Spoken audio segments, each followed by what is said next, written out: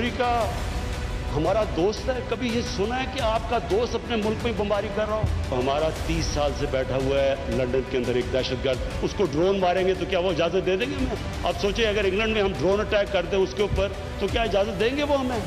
अगर वो इजाजत नहीं देंगे तो हमने क्यों इजाजत दी? इससे हमने एक सबक सीखा, हमने अपनी सॉवरेंटी के ऊपर कॉम्प्रोमाइज नहीं करना।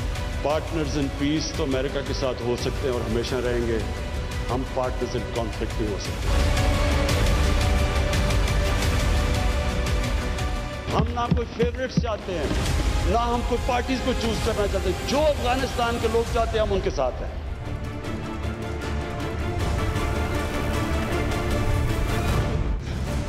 अफगानिस्तान से अमेरिका समेत इत्तेहादी अफवाज के इनखला के अमल के साथ ही अफगानिस्तान के सियासी मुस्तकबिल और खित्ते पर इसके दूर रस असरात की बहस ने जन्म ले लिया है। इस सारी सूरत हाल में पाकिस्तान ने एक जिम्मेदार और अहम शराकतकार के तौर पर अमेरिका को अपने अड्डे ना देने और बराबरी की सतह पर आइंदा का लाहे अमल तय करने का उसूली मौक़िफ़ कायम रखा हुआ है। पाकिस्तान में सरहद पार से कशीदगी के हालिया वाक़यात के पेश नज़र कौमी सलामती कमेटी का इजलास जारी है।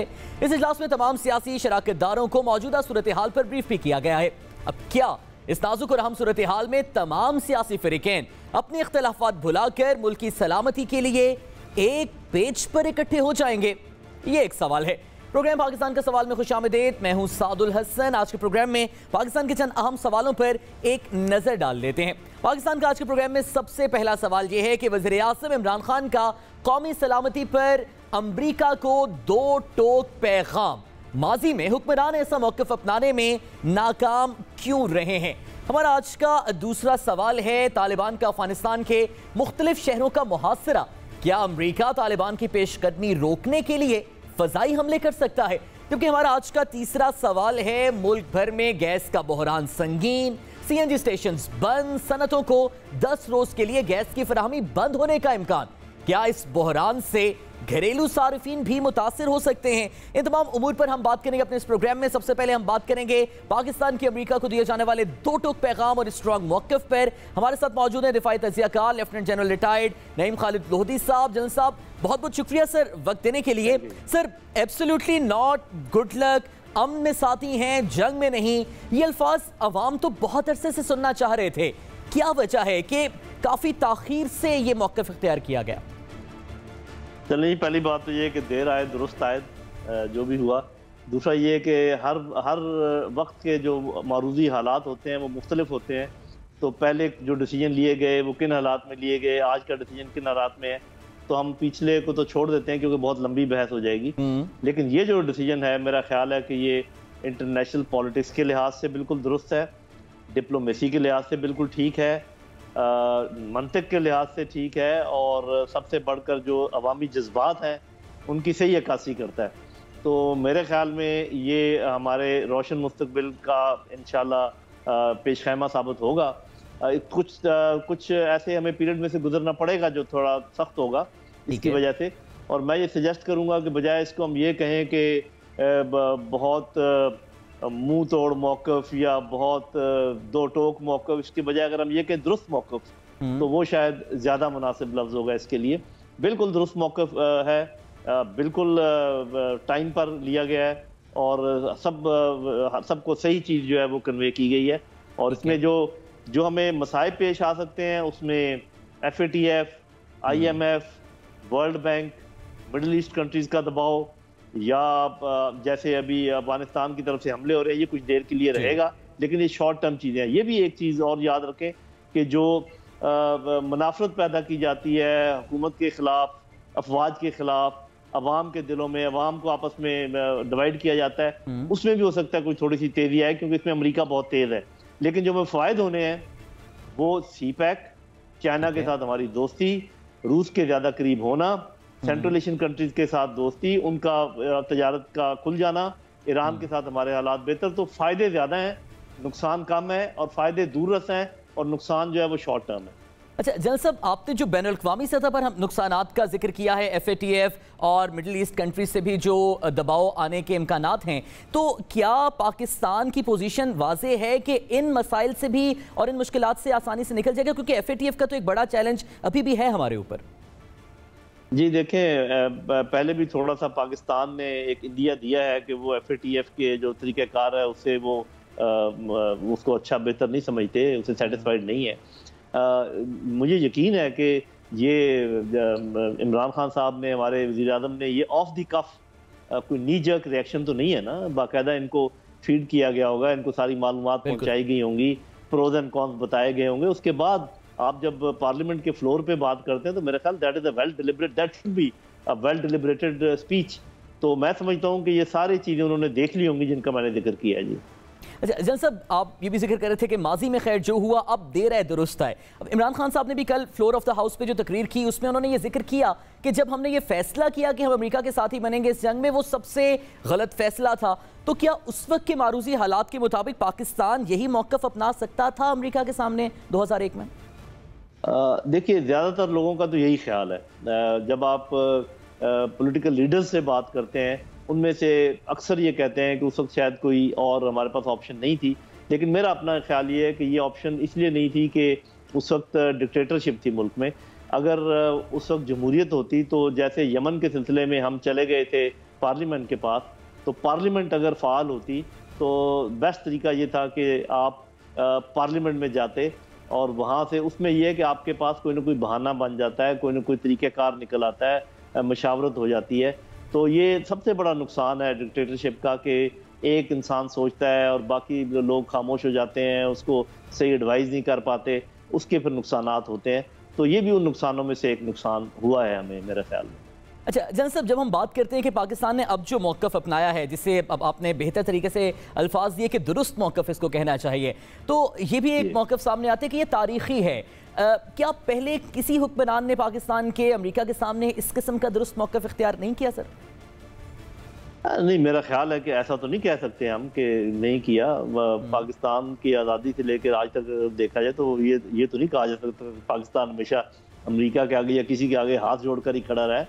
पाकिस्तान ने अपना मौक़िफ़ मुख्तलिफ मौक़ों पर पेश किया है। आप अगर किताब पढ़ें अयूब खान की, जिसमें उसने लिखा है फ्रेंड्स नॉट मास्टर्स, तो उसमें क्या लिखा हुआ है, यही बातें लिखी हुई हैं। और मेरा ख्याल हमारी ब्यूरोक्रेसी बहुत ज़बरदस्त थी। हमारे जो वज़ीर ख़ारजा थे या साहिबजादा याकूब अली ख़ान और इस किस्म के लोग थे, तो ये नहीं मैं कहता कि, ये नहीं मैं मानता, आगा शाही साहब थे, ये नहीं मैं मानता कि ये पहली दफ़ा ऐसा हुआ है। लेकिन मेरा ख्याल है कि अगर हम माजी करीब में देखें तो शायद ये एक बड़ा अच्छा कदम है। तो जनरल साहब, आप जनरल अयूब साहब का जिक्र कर रहे हैं, अब कोल्ड वॉर के पूरे दौर के बाद उस दौरान तो हमने देखा कि पाकिस्तान बराबरी की सतह पर अमेरिका के साथ रहा भी और बैनुल-अक़वामी सतह पर भी पाकिस्तान की स्टैंडिंग हमने देखी। लेकिन 90s के बाद और ख़ासतौर पर ये जो दहशतगर्दी के खिलाफ जंग के बाद का सारा वाक़या है, इसमें तो फिर पाकिस्तान बराबरी की सतह को खो बैठा है। इसकी वजूहात क्या थी? जी, वजूहात तो ऐसे ही होती है ना। देखें, बात होती परसेप्शन की।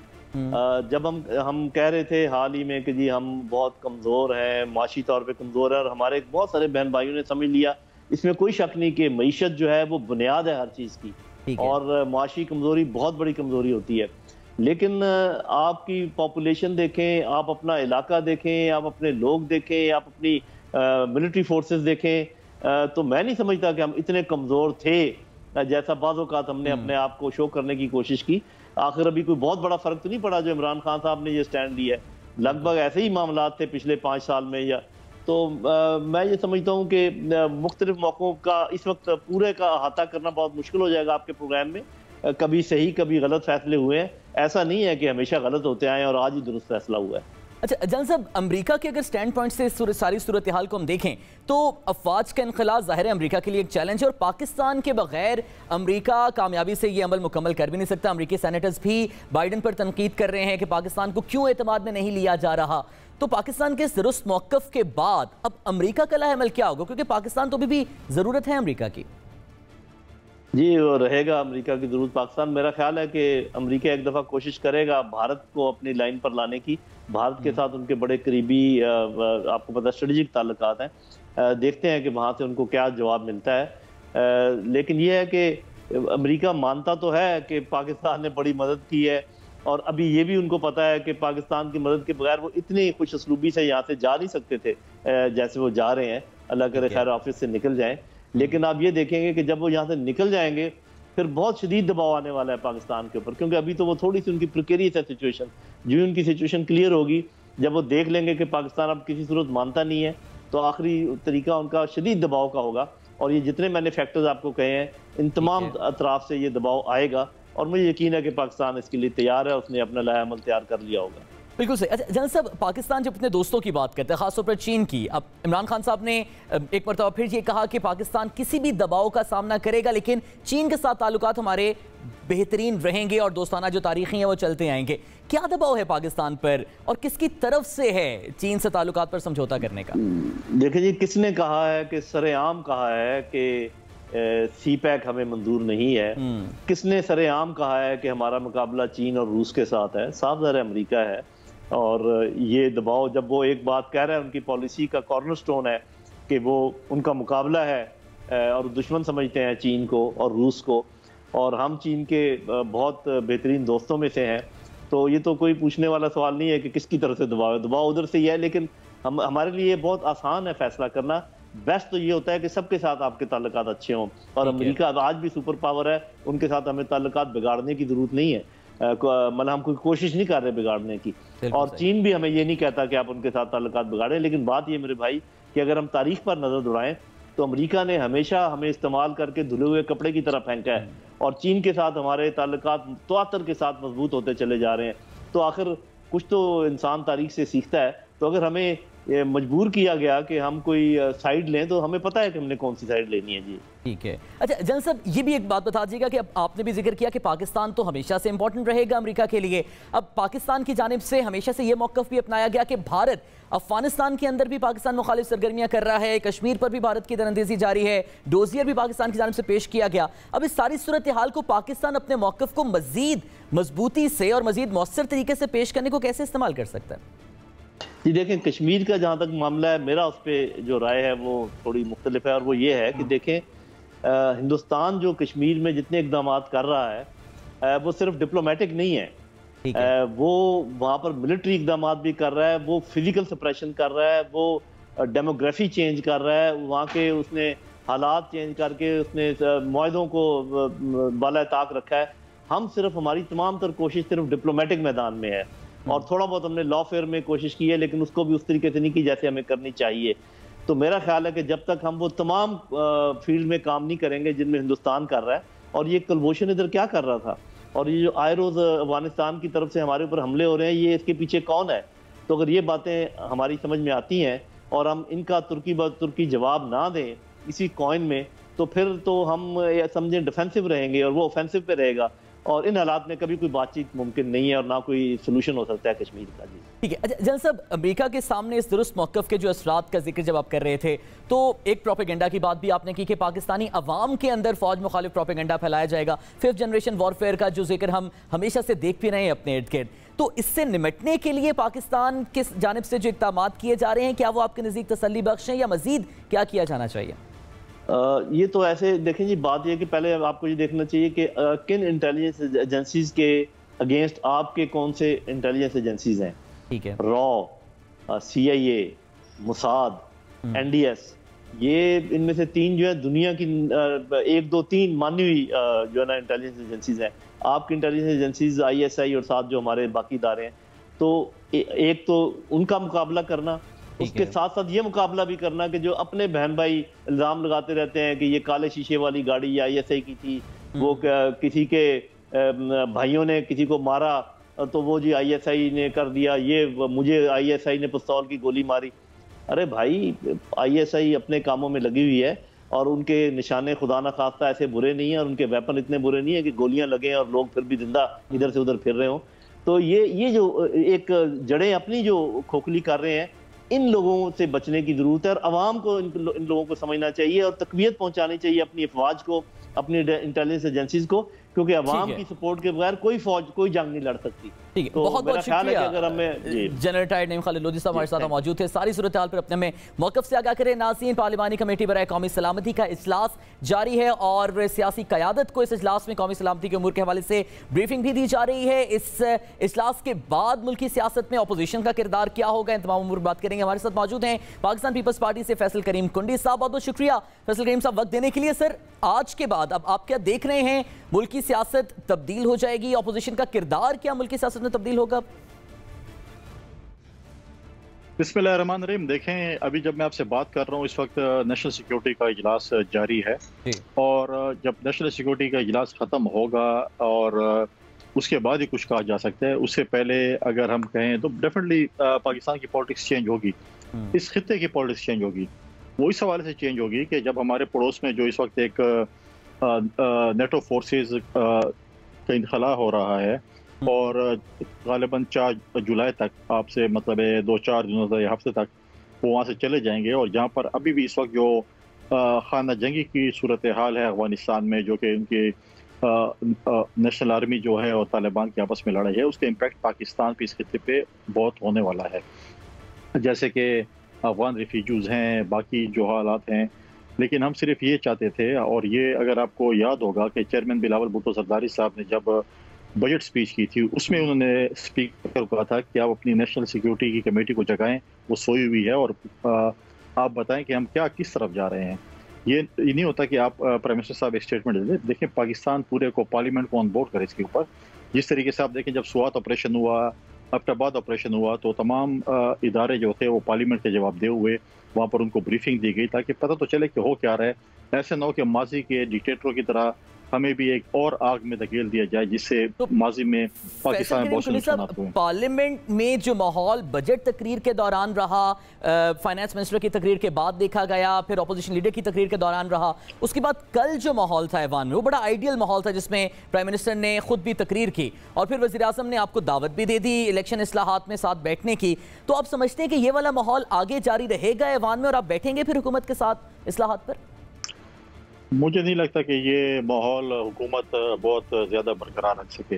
ये हुकूमत के अपने ऊपर है कि वो माहौल कैसे रखती है। हमें उनके माजी के तजर्बों, 2.5-3 साल का जो उनके साथ तजर्बा है, हमें नहीं लगता कि अपोजिशन हुकूमत जो है अपना ये माहौल बरकरार रख सके। उनको अभी तक ये बावर नहीं है कि वो हुकूमत कर रहे हैं। वो तो अभी तक अपोजिशन माहौल में है, अपोजिशन के माहौल में, कंटेनर्स के माहौल में, जल से जुलूस के माहौल में। देखें, जहाँ तक इशू है, हम आज भी अगर आप देखें तो हम गए हैं पाकिस्तान की सलामती के लिए, पाकिस्तान के लिए हम गए हैं। आज फिर एक शख्स गैर हाजिर है जो कश्मीर के इशू पे भी गैर हाजिर था, और उसका नाम है इमरान खान साहब। मतलब है कि उनको बहुत, इससे भी पाकिस्तान की सलामती से भी ज़्यादा एक कोई इंपॉर्टेंट चीज़ थी जिसके ऊपर उसकी आज वो गैर हाजिर रहे।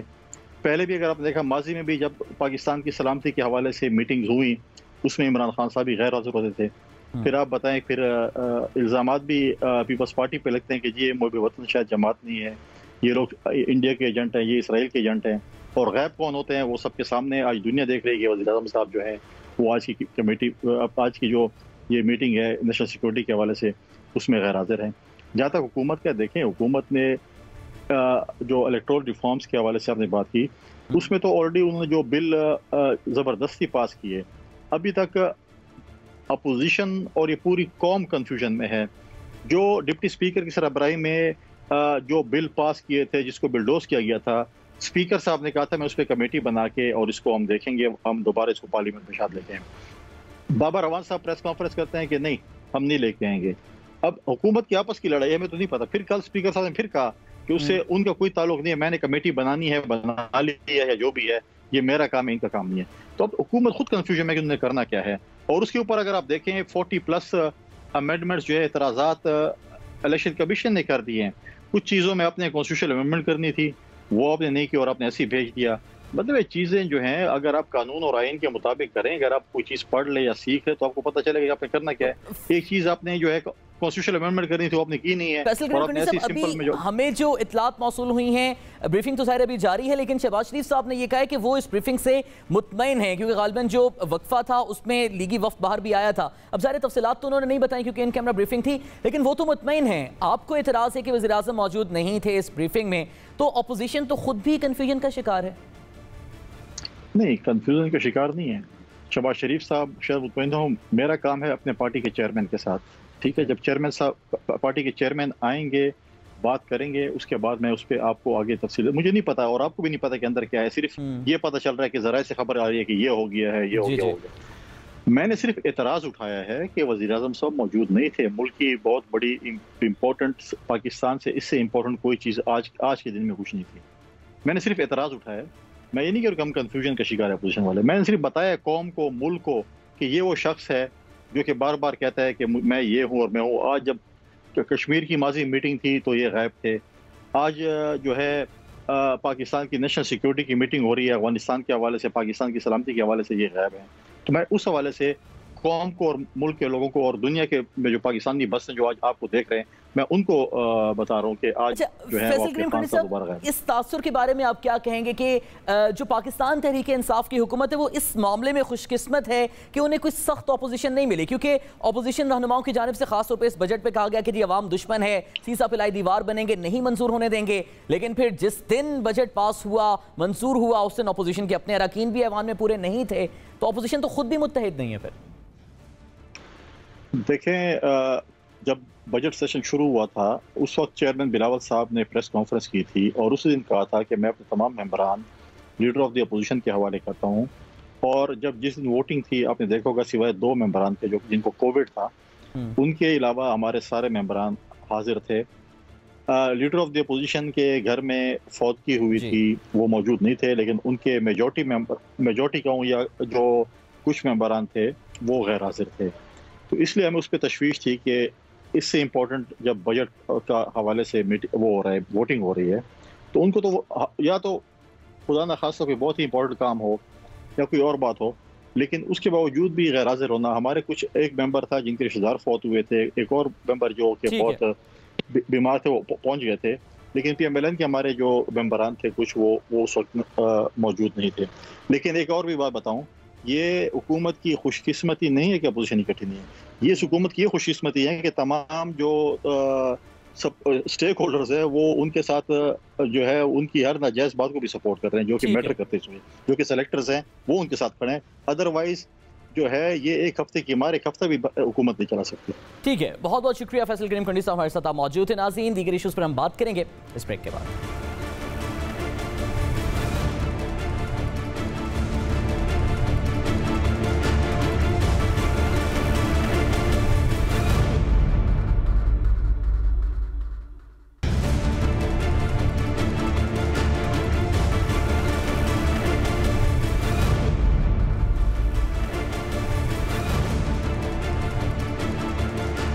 Welcome back to the show. नाज़रीन, अमरीका समेत इत्तेहादी अफवाज का अफगानिस्तान से इनखला का अमल जारी है और इसके साथ साथ खित्ते में और अफगानिस्तान में काफ़ी इंपॉर्टेंट सवालों ने जन्म ले लिया है और इन्हीं सवालों के इर्द गिर्द इस सेगमेंट में हम बहस करेंगे। हमारे सेगमेंट का जो मेन क्वेश्चन है, जो बुनियादी सवाल है, वो ये है कि तालिबान का अफगानिस्तान के मुख्तलिफ शहरों का मुहासरा, क्या अमरीका तालिबान की पेशकदमी रोकने के लिए फ़ज़ाई हमले कर सकता है? इस पर बात करने के लिए हमारे साथ मौजूद हैं रुस्तम शाह महमद साहब, माहिर अफगान उमूर भी हैं और अफगानिस्तान में पाकिस्तान के सफ़ीर भी रह चुके हैं। बहुत बहुत शुक्रिया सर वक्त देने के लिए। सर, सबसे पहले तो हमें ये बताइएगा कि इनखला के बाद मुकम्मल हो जाता है जब, अफगानिस्तान का मुस्तकबिल क्या होगा? देखिए, 2 सिनेरियोज़ हैं। पहला सिनेरियो तो ये है कि अगर कुछ समझौता हो जाए, एक कंसेंसस इस्टेब्लिश हो जाए और एक ग्रैंड असम्बली या लोअर जरगा बुलाया जाए और वो एक ट्रांजिशनल हुकूमत की तश्कील करें, तो ये सबसे बेहतर रास्ता है, अमन का रास्ता है। इससे जो है कोई वहाँ वायलेंस ख़त्म हो जाएगा। जो दाइश वगैरह तंजीमें हैं उनको काउंटर करने के लिए हुकूमत के पास मवाद भी होगा, लोग भी होंगे, उनकी हिमायत भी होगी और जो रिकन्स्ट्रक्शन रिहेबिलिटेशन का काम है वो भी शुरू हो जाएगा। और ये हुकूमत जब भी बनेगी ये मल्टी एथनिक होगी, ब्रॉड बेस होगी, इसमें तालिबान शामिल नहीं होंगे। तालिबान सिर्फ तालिबान शामिल नहीं होंगे, बाकी धड़े भी इसमें शामिल होंगे। तालिबान भी होंगे, बाकी धड़े भी होंगे। अगर ऐसी सूरत हाल है फिर तो अफ़गानिस्तान वायलेंस से बच सकता है, सिविल वार का जो वो है ख़तरा है वो टल सकता है। लेकिन अगर ऐसे नहीं हुआ और इसके ख़िलाफ़ एविडेंस मौजूद है कि ऐसा शायद होने वाला नहीं है, क्योंकि अमेरिका दिलचस्पी नहीं ले रहा, न वो अशरफ गनी की हुकूमत पे दबाव डाल रहा है, न कोई इन्वायरमेंट क्रिएट कर रहा है ताकि कोई समझौता हो जाए। अमन के रास्ते में सबसे बड़ी रुकावट इस वक्त अशरफ गनी की हुकूमत है। वो इस स्टेटस को की पैदावार है। वो नहीं चाहते कि अफ़गानिस्तान में कोई ऐसा रिकन्सिलिएशन हो जिसकी बुनियाद पे उनको जाना पड़े और एक ट्रांजिशन हुकूमत बन जाए। वो आखिर वक्त तक एक ट्रांजिशन हुकूमत की वो मुखालफत करेंगे। ये तो एक सिनेरियो हुआ। दूसरा सिनेरियो ये है कि अगर ऐसा नहीं होता तो फिर तालिबान अपनी पेशकदमी जारी रखेंगे। अब उसमें यह है कि आया अफ़गान नेशनल आर्मी में ये सकत है, ये ताकत है, ये क़ुव्वत है कि तालिबान की पेशकदमी को वो रोक सके। अगर वो रोक सकते हैं तो इससे एक सिविल पॉपुलेशन जो है, सिविलियन जो हैं उनको नुकसान होगा, एक स्टेलमेट होगा जिसका बड़ा नुकसान होगा, लोग नकल मकानी भी करेंगे, वायलेंस भी ज़्यादा होगा। तो अगर तालिबान उसको ओवरकम करते हैं और काबुल पे कब्ज़ा कर लेते हैं फिर कोई उम्मीद है कि वहाँ पे स्टेबिलिटी और पीस जो है वो शायद आ जाए। लेकिन जो वरिंग बात है इस वक्त, जो इस वक्त बड़ी डिस्टर्बिंग जो बात है वो ये है कि प्राइवेट मलेशियाज़ वहाँ पे इमर्ज हो रहे हैं और अशरफ गनी की हुकूमत उनको इनकरेज कर रही है। मसलन हज़ाराजात में मलेशिया जो हैं वो उभर रहे हैं, वहाँ पे शिमाल में फिर जो दोस्तम का इलाका है, जोजान का जो सूबा है, वहाँ पे भी मकामी मलेशिया जो हैं उनको तरतीब दी जा रही है। अता मोहम्मद नूर जो ताजिक है, मज़ार पे उनका मज़ार का हाकिम है, बलख का हाकिम है, वो भी अपने मलेशिया को तरतीब दे रहा है।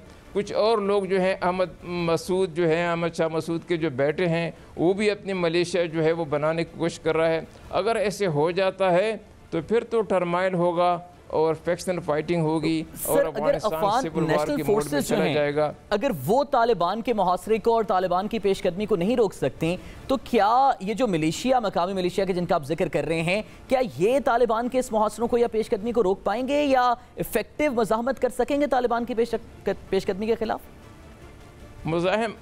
मुज़ाहमत नहीं कर सकेंगे, लेकिन उसके साथ ये है कि वायलेंस सारे अफ़गानिस्तान में फैल जाएगा। वो अपनी अपनी जो है जहाँ भी उनको मौका मिले, जहाँ उनकी टेरिटरी हो, उनका कुछ कंट्रोल हो, वहाँ पे वो लोगों की ज़िंदगी जो है वो अजियत वाली बनाएंगे। वो अपनी ज़िम्मेवारियों से आगाह नहीं है, न उनकी कोई ट्रेनिंग है, न उनकी कोई डिसिप्लिन है। अगर उनके हाथ में इख्तियार दिया जाता है तो वो इख्तियार अवाम के ख़िलाफ़ इस्तेमाल होगा। अफ़गानिस्तान के अवाम की जो सफरिंग है, जो एगनीज़ हैं, उनमें इजाफ़ा होगा। तो इस वक्त सूरत हाल यही है कि आया अमेरिका दबाव डाल सकता है अशरफ गनी की हुकूमत पे कि वो आगे से हट जाए और ट्रांजिशन हुकूमत के लिए रास्ता पैदा करे। और ट्रांजिशन हुकूमत का तरीक़ा ये होता है कि वहाँ पे ग्रैंड जरगा, ग्रैंड असम्बली, लोए जरगा जिसे कहते हैं, वो बुलाया जाए। पहले भी ऐसा हुआ था जब डॉक्टर अब्दुल्ला और करज़ई साहब में जो अशरफ गनी और अब्दुल्ला के दरमियान जो तनाज़ा था उसको हल कराने के लिए लोए जरगा बुलाया गया और उन्होंने एक चीफ एग्जीक्यूटिव की पोजीशन क्रिएट की। इस वक्त भी लोए जरगा ही एक उम्मीद है। अगर ट्रांजिशनल पीसफुल होता है, पुरअमन होता है तो वो लोए जरगा के ज़रिए से होगा। अगर वो नहीं होगा तो फिर तालिबान और अफगान नेशनल आर्मी आपस में लोअर जरगा के इस ऑप्शन को और ट्रांजिशनल हुकूमत बनाने के इस जो ऑप्शन है इसको तालिबान मानेंगे क्या? क्योंकि सवाल तो यही है कि वो ताकत के साथ बढ़ रहे हैं इस वक्त। देखिए, अगर वो एक ट्रांजिशन हुकूमत को लीड करेंगे तो उनको मान जाएंगे, क्योंकि अगर लीडरशिप उनके पास होगी और बाकी धड़े कुछ न कुछ उनके नुमाइंदे शामिल होंगे तो वो मान जाएंगे। लेकिन अगर ऐसा नहीं होता तो फिर जैसे मैंने कहा, फिर तालिबान का जो एडवांस है वो जारी रहेगा। अब डिपेंड करता है कि अफ़गान नेशनल आर्मी में कितनी सकत है। लेकिन सवाल ये है कि इस वक्त अफ़गान नेशनल आर्मी से कोई 10-12% लोग छोड़ के जा रहे हैं। वो न सिर्फ छोड़ के जा रहे हैं बल्कि वो सारा मवाद, सारे टैंक, सारे रॉकेट, सारे बख्तर बनगाड़ियाँ तालिबान के हवाले कर रहे हैं। तो अगर ये 10-12% जो डिज़र्शन रेट है ये 20-25% तक चला जाए फिर तो अफगान आर्मी का मोराल बिल्कुल डाउन हो जाएगा और वो फिर तालिबान की पेशकदमी को रोकने में मुकम्मल तौर से नाकाम हो जाएगा। एक इम्कान तो आपने ये जाहिर किया कि अमेरिका वहाँ पर ट्रांजिशनल गवर्नमेंट बनवा सकता है, क्या ये इम्कान भी है कि तालिबान के इस मुहासरे को और पेशकदमी को रोकने के लिए अमेरिका बजाते खुद फ़ज़ाई हमले शुरू कर दे? देखिए, इस बात का इम्कान है क्योंकि वो कहते हैं कि हम काउंटर इंसर्जेंसी में अफ़गान हुकूमत की मदद करेंगे। अब काउंटर इंसर्जेंसी एक ऐसा थीम है जिसको आप डिफाइन नहीं कर सकते। वो किसी भी बहाने आके तालिबान की पोजीशनों पे बमबारी कर सकते हैं, लेकिन उसमें मसला ये होगा अमेरिका के लिए कि अगर वो तालिबान की पोजीशनों पे बमबारी करते हैं तो सिविलियन लोगों का बहुत नुकसान होगा, क्योंकि उनके पास कोई कैंटोनमेंट तो है नहीं, कोई छावनी उनके पास है नहीं, कोई उनके पास न कैंप है, न उनके कोई अड्डे हैं, न उनकी कोई वहाँ पे कोई प्रेजेंस है। वो तो सारे शहर में फैल जाते हैं। तो उन पे ऊपर से हमला करना, अब किस को आप कैसे निशाना बनाएंगे तालिबान के ठिकानों को, क्योंकि वो तो एक मोबाइल फोर्स है जो कंधार से निकली है और सारे अफ़गानिस्तान में, अब तो शुमाली अफ़गानिस्तान में सबसे ज़्यादा हमले वो कर रहे हैं। तो कहाँ पे आप हमले करेंगे? अगर आप हमले करेंगे तो इससे मज़ीद नुकसान होगा। अमेरिका का जो रईस है, जो थोड़ी बहुत वहाँ पे थोड़ा बहुत जो इमेज है वो भी बिल्कुल ख़त्म हो जाएगा। तो अमेरिका को सोचना होगा कि आया जो हमले वो करेंगे इससे तालिबान की पेशकदमी को रोक सकते हैं, आया जो सिविलियन वो है नुकसानात हैं इसको वो कंट्रोल कर सकते हैं। मेरा नहीं ख्याल कि अमेरिका इतनी बड़ी तादाद में वो अशरफ गनी की हुकूमत को, जिनको उनको मालूम है कि उनके आगे से 45-40% इलाके पे उनका कंट्रोल है, उस हुकूमत को, उस गिरती हुई हुकूमत को, उस कोलैप्सिंग हुकूमत को बचाने के लिए सर ये जो सारी तस्वीर आपने पेश की है जिसमें एक जानिब अफ़गान तालिबान हैं जो कि पेशकदमी कर रहे हैं, मकामी मिलिशिया है मुख्तलिफ जगहों पर वो मज़ाहमत कर रहे हैं, फिर जो अफ़गान नेशनल फोर्सेज है उनके 12 से 15% लोग छोड़ रहे हैं, अमेरिका भी अपनी पोजीशन वाज़े नहीं कर रहा, तो इस सारी सूरत हाल में आने वाले दिनों में अफ़गानिस्तान को फिर आप कैसा देख रहे हैं? देखिए, ये बड़ा अच्छा सवाल आपने किया कि अमेरिका पोजीशन वाज़े नहीं कर रहा। अमेरिका ने ये किया है कि फ़ौज तो अमेरिका आइंदा मेरे ख्याल में 15 दिनों के अंदर 20 दिनों के अंदर अमेरिका की फ़ौज वहाँ से मुकम्मल तौर पर निकल जाएगी, लेकिन वो अड्डे ढूंढ रहा है इधर ममालिक में। अगरचे अड्डे उनको मिलने वाले नहीं हैं, उनके पास अड्डे या बहरीन में है और अदन में है, सिंगापुर से लेके ये इंडियन ओशन में भी हैं और अरेबियन सी में भी हैं, सेंट्रल एशिया के बाद ममालिक में भी उनके पास अड्डे हैं। तो अड्डों का कोई मसला उनके लिए नहीं है, लेकिन आया वो कोई इंटरवेंशन करेंगे कि नहीं करेंगे? मेरा अपना ख्याल है कि वो इंटरवेंशन नहीं करेंगे। 20 साल की मुसलसल नाकामियों से उनको चाहिए कि वो सबक सीख जाएँ, अफ़गानिस्तान से निकल जाएँ और अशरफ गनी की हुकूमत को निकलते निकलते इस बात पे काने करने की कोशिश करें, राज़ी करने की कोशिश करें कि वो फ्लेक्सिबिलिटी दिखाएं और लोया जरगा की तश्कील के वक्त वो जो हैं वो एक ट्रांजिशन हुकूमत को सपोर्ट करें, उसके रास्ते में रुकावट न बने। अगर वो रुकावट बनते हैं तो उनको भी नुकसान होगा, अफगानिस्तान को भी नुकसान होगा, अवाम का भी नुकसान होगा। सर ये भी बताइएगा कि पाकिस्तान को पहले से भी ये तहफ़्फ़ुज़ात थे जब अमेरिकी फोर्सेस वहाँ पर मौजूद थी कि भारत अफगानिस्तान में रहते हुए इंसर्जेंसी जो पाकिस्तान में होती है उसे फंड कर रहा है, उसे स्पॉन्सर कर रहा है। अब तो इत्तलात ये भी हैं कि भारत की जानिब से तालिबान से भी राब्ते की कोशिशें की जा रही हैं। तो इस सारे अदम इस्तेहकाम में अफगानिस्तान में पाकिस्तान को क्या क्या नुकसान उठाने पड़ सकते हैं आने वाले दिनों में? देखिए, इसको बड़ा चलाकर पेश किया जाता है। जो भी हुकूमत वहाँ बनेगी वो हिंदुस्तान के साथ करीबी ताल्लुकात रखेगी। पाकिस्तान को ये बात अच्छी तरह समझ लेनी चाहिए कूल हेडेडली, क्योंकि इंडिया जो है वो अफ़गानिस्तान का 5वां सबसे बड़ा डोनर है। $3 बिलियन से ज़्यादा उनकी इन्वेस्टमेंट है। फिर हिंदुस्तान को अफ़गानिस्तान के रास्ते सेंट्रल एशिया से तिजारत करनी है, वहाँ से हाइड्रोकार्बन रिसोर्सेज, गैस और पेट्रोल वगैरह वहाँ से वो इंपोर्ट करेगा अफ़गानिस्तान के रास्ते। चाबहार का जो पोर्ट बना हुआ है जिसमें हिंदुस्तान की इन्वेस्टमेंट है वो इसी मकसद के लिए बनाया गया है। हिंदुस्तान और अफ़गानिस्तान की तिजारत अब $1.3 बिलियन तक पहुँच गई है। यानी पाकिस्तान और अफ़गानिस्तान की तिजारत के मुकाबले में हिंदुस्तान और अफ़गानिस्तान की तिजारत अब बहुत आगे बढ़ गई है। सिर्फ ये है कि पाकिस्तान को ये मुतालबा करना होगा, ये पाकिस्तान का हक़ है कि अफ़गान सरज़मीन को पाकिस्तान के ख़िलाफ़ इस्तेमाल न होने दिया जाए और तालिबान उसको, मेरा अपना ख्याल है कि जब उनकी हुकूमत कायम हो जाएगी, सारे अफ़गानिस्तान पे उनका कंट्रोल होगा, तो तालिबान इसको यकीनी बनाएंगे कि कोई ऐसी बात न हो कि पाकिस्तान के ख़िलाफ़ अफ़गानिस्तान की सरजमीन इस्तेमाल हो। अच्छा सर, फिर आखिर में ये बता दीजिएगा कि जो अभी भी सरहद पार से पाकिस्तान पर हमले किए जा रहे हैं, हमारे जवान अपनी जानें भी कुर्बान कर रहे हैं दिफा के लिए, तो क्या ये पाकिस्तान पर दबाव डालने की टैक्टिक्स हैं कि पाकिस्तान अपनी बेसिस दे दे, या फिर ये अफगानिस्तान में जो अदम इस्तेहकाम है उसी का असर है? ये अदम इस्तेहकाम का असर है। वहाँ पे किसी हुकूमत का कंट्रोल नहीं है। लोग जो हैं वो जो बॉर्डर फेंसिंग हो गई है, जिससे जो यहाँ के और वहाँ के लोग जिनमें आपस के रिश्ते थे, तजारत हुआ करती थी, लोग एक दूसरे के उसमें जाते थे, जो फातह के लिए जाते थे, शादी ब्याह वगैरह के लिए आते जाते थे, वो सब वो रवाबित ख़त्म हो गए हैं। तो वो लोग भी नाराज़ हैं। यहाँ इस तरफ भी इसमें लोगों में बड़ी कशीदगी है और फ्रस्ट्रेशन में आके वो कभी कभी वो निशाना बनाते हैं, हमारे सोल्जर्स को निशाना बनाते हैं, देहात के लोगों को भी निशाना बनाते हैं।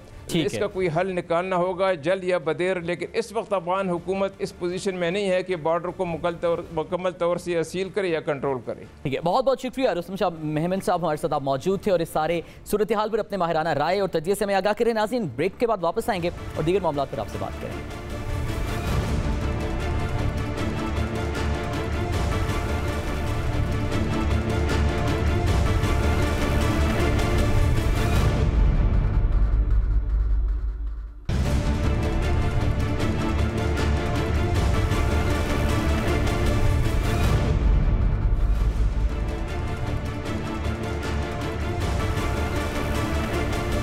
Welcome back to the show नाज़रीन। ब्रेक के बाद इस प्रोग्राम में हम पाकिस्तान के एक और सबसे अहम सवाल पर बात करेंगे और पाकिस्तान का ये सवाल है, मुल्क भर में गैस का बहरान संगीन, सीएनजी स्टेशन बंद, सनतों को 10 रोज के लिए गैस की फराहमी बंद होने का इम्कान। क्या इस बहरान से घरेलू सारिफीन भी मुतासिर हो सकते हैं? इस पर बात करने के लिए हमारे साथ मौजूद हैं तर्जुमान सुई सदन गैस शहबाज इस्लाम साहब। बहुत बहुत शुक्रिया शहबाज साहब सर वक्त देने के लिए। सर, गर्मी के मौसम में एकदम से गैस की ये लोड शेडिंग, इंडस्ट्रियल सेक्टर तो शिकायत के अंबार लगा चुका है, एक्सपोर्ट ऑर्डर्स नहीं मुकम्मल किए जा रहे उनसे, क्या वजह है इस लोड शेडिंग की? शुक्रिया, आपने मौका दिया। देखिए, हमारे पास कुन्नर पसाकी से कोई 170 MMCFD गैस कम आ रही थी, जो कि कोई हमारी 15 to 20% ऑफ टोटल जो हमारी पास गैस आती है उसका ये हिस्सा है। तो जाहिर सी बात है हमारे पास फ़र्क पड़ा। हमने जो प्रायोरिटाइज किया, जो हमारे पास गवर्नमेंट का गैस लोड मैनेजमेंट प्लान है, उसके हिसाब से हमारी top priority domestic and commercial customer है, हमने उनको गैस मुहैया किया और इसकी वजह से आपको CNG सेक्टर जो कि सबसे लोएस्ट प्रायोरिटी है वो बंद हुई और इंडस्ट्री बंद हुई। जो बात आप कह रहे हैं कि एक्सपोर्ट में फ़र्क पड़ा, तो एक्सपोर्ट पे फ़र्क नहीं पड़ना चाहिए, बिकॉज हमने एक्सपोर्ट ना इंडस्ट्री बंद की है और कभी भी, और ना हमने एक्सपोर्ट इंडस्ट्री की जो कैप्टिव पावर है वो कभी भी बंद की है। नाउ जो कुन्नर पसाकी से गैस बेहतर होनी शुरू हो गई थी कल से, कोई 145 MMCFD गैस इस वक्त हमारे पास आ रही है, सिस्टम में आ गई है। कुन्नर पसाकी ने अपना टर्न अराउंड कम किया, जो हम आनी थी कोई 8-9 तारीख को, उनमें से कुछ ज़्यादा आ गई हमारे पास, जिसकी वजह से कुछ सिचुएशन भी बेहतर हुई है। दूसरी तरफ हमने इंडस्ट्री से बात की, इंडस्ट्री वालों ने, हमारे पास कराची में कोई 7 जोन्स हैं इंडस्ट्री के, तो उन्होंने खुद डिसाइड किया कि वॉलंटरीली वो खुद एक दिन बताएंगे कि जिस दिन हम गैस क्लोजर करेंगे। हमने उसको एग्री किया। कल नूरियाबाद में के जो इंडस्ट्री थी वहाँ बंद थी, आज नाज़राबाद और जो कोरंगी की इंडस्ट्री एरिया वहाँ बंद है, कल साइट की इंडस्ट्री बंद होगी। सो ऐसा नहीं है कि कोई हमने बहुत ज़्यादा इंडस्ट्रीज को बंद कर दिया है कोई। इट इज़ अ सिचुएशन जहाँ पे हमने इंडस्ट्री के साथ मिल के बैठ के उसको अग्री किया है और हम उसको मैनेज करने की कोशिश कर रहे हैं। सर, ये जो एक शिकायत इंडस्ट्रियल सेक्टर की तरफ से आ रही थी कि गैस की जो लोड शेडिंग है वो अब से शुरू हुई है, लेकिन इससे पहले से उन्हें लो प्रेशर गैस मिल रही थी, इसमें किस हद तक सदाकत और किन सेक्टर्स में ये शिकायत मौजूद थी? देखिए, ऐसा नहीं है कि हर जगह लो गैस प्रेशर था। ये ज़रूर होता है कि जो इंडस्ट्रीज हमारे टेल एंड पे है, और टेल एंड में उसको कहते हैं कि जो हमारी गैस पाइपलाइन से जो गैस एक एरिया से गुजरते हुए जो आखिर के हिस्से होते हैं वहां पे गैस का प्रेशर कम हो जाता है, तो वो कम होता है। अब जैसे साइट में ये शिकायत अमूमन हर वक्त पाई जाती थी, हमने वहाँ नई पाइपलाइन बिछाई ताकि वहाँ प्रेशर को बेहतर करे। सो जहाँ जहाँ ये प्रॉब्लम आ रही है जनरली वहाँ पे हम उसको सॉल्व करने की कोशिश करें, लेकिन ये कहना कि कोई इंडस्ट्री को इन ये जो पीछे कुछ दिन से हालात खराब हुए थे उससे पहले कोई इंडस्ट्री को हम लो प्रेशर कर रहे थे, that is not a fair comment.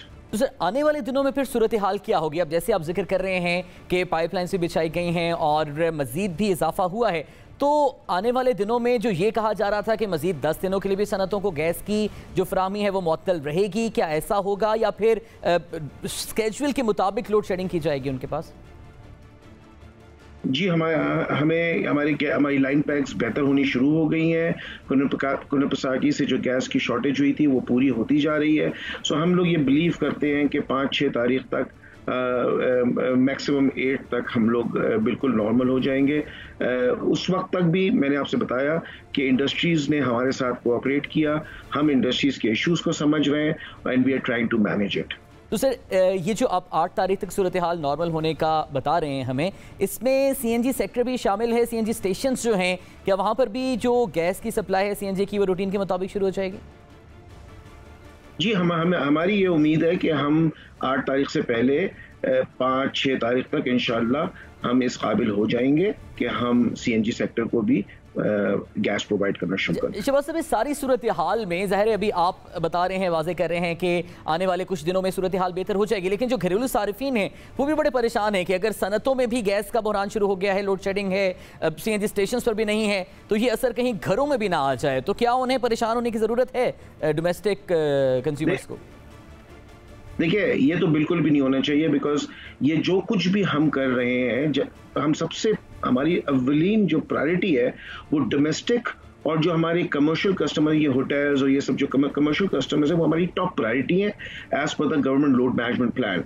तो ये उन्हीं की खातिर हम इंडस्ट्री या जनरल इंडस्ट्री या सीएनजी सेक्टर को बंद करते हैं ताकि डोमेस्टिक कस्टमर और कमर्शियल कस्टमर को किसी किस्म की गैस की प्रॉब्लम नहीं हो। सो उनको कोई प्रॉब्लम नहीं होगी। अच्छा सर, आखिर में ये बता दीजिएगा कि अभी गर्मियों में तो अवाम एक तरफ बिजली की लोड शेडिंग भी देख रहे हैं, गैस की लोड शेडिंग भी हो रही है, ज़ाहिर है आपने कहा कि घरेलू सार्फिन को तो मिल रही है, लेकिन सर्दियों में जब घरेलू सार्फिन का भी कंजम्पशन बहुत ज़्यादा बढ़ जाती है और अगर अभी ये सूरत हाल का सामना है, तो क्या आने वाले महीनों में भी फिर ये सूरत हाल बर्दाश्त करनी पड़ेगी या तब तक हालात बेहतर हो जाएंगे गैस की सप्लाई के?